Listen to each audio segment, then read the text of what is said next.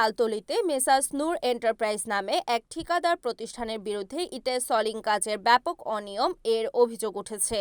জানা গেছে, ওই প্রতিষ্ঠান এডিপি প্রকল্পের আওতায় প্যাকেজ নম্বরে তালতলী উপজেলার বড়বগী ইউনিয়নে মোট 15টি কাজ পায়, যার মধ্যে রয়েছে ইটের সলিং, মসজিদ সংস্কার ও গভীর নলকূপ স্থাপন।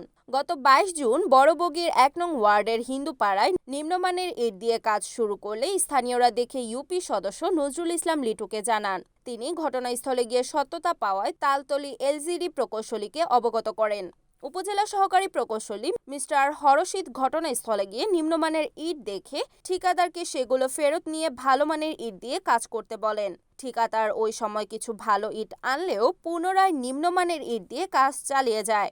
এছাড়া সলিং ইটের নিচে 6 ইঞ্চি বালু দেওয়ার কথা থাকলেও 1 ইঞ্চিও দেওয়া হয়নি। পুনরায় এমন নিম্নমানের কাজ করতে দেখে ওই ওয়ার্ডের ইউপি সদস্য নজরুল ইসলাম লিটু কাজ বন্ধ করে দেন এবং নিম্নমানের ইট সরিয়ে ভালো মানের ইট দিতে বলেন।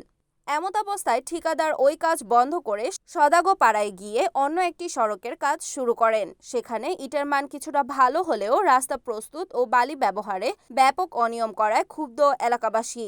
সদাগার পাড়া এলাকার বাসিন্দা ছোরাব মাতবর বলেন, রাস্তার নিচে কলা গাছ ও সিম গাছের ঝোপ দিয়ে ভরাট করা হয়েছে, তার উপর নামেমাত্র বালি দিয়ে কাজ চালিয়ে যাচ্ছে। বর্ষা এলে এই রাস্তায় আবারও দুর্ভোগ নেমে আসবে।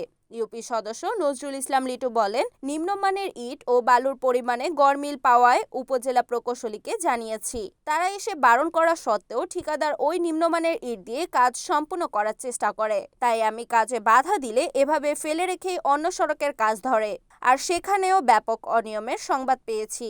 এ বিষয়ে উপজেলা প্রকৌশলী সাখাওয়াত হোসেন বলেন, অনিয়মের বিষয়টি আমি অবগত হয়ে ঠিকাদারকে বারণ করেছি। নিম্নমানের ইট দিয়ে কোনো ধরনের কাজ করা যাবে না। বারণ করার পরেও যদি কাজ করে থাকে তাহলে ওই কাজের বিল দেয়া হবে না। আমার সবই তো দিয়ে দেবো, অসুবিধা নেই সবার। ফলে এমপি নাম্বারটা আবার দেবা, আমি এমপি ফোন করবো। হ্যাঁ মনু, এই অবস্থা আমি এই দেখিয়ে দেন নিজেই দেখেন পাবো। এই দুশ্চিরতা থইতে মাগিয়ে দিব, ফলে চলবে দিব ইয়া ঠেহাও বললে আমি ঠেহাই নাই দিয়ে থইছো এখন নুরবা চালাই আবার। ঠিক আছে, এই কথা হইলে আর অন্যায় কই এই তোমার ওই লাড়ি আছে বিচার করো। না না অন্যায় কইছি না, সত্যের প্রতিবাদ করবে না। এটা কোন জায়গা? হ্যাঁ এটা কোন জায়গা? আমি এই যে সাদাগার পাড়া। সাদাগার পাড়া?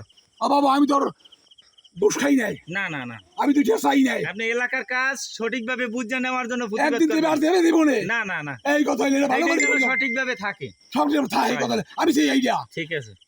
ছয় বেলে দুই ছিল নাই, তোমরা আমাকে দাও পাবো।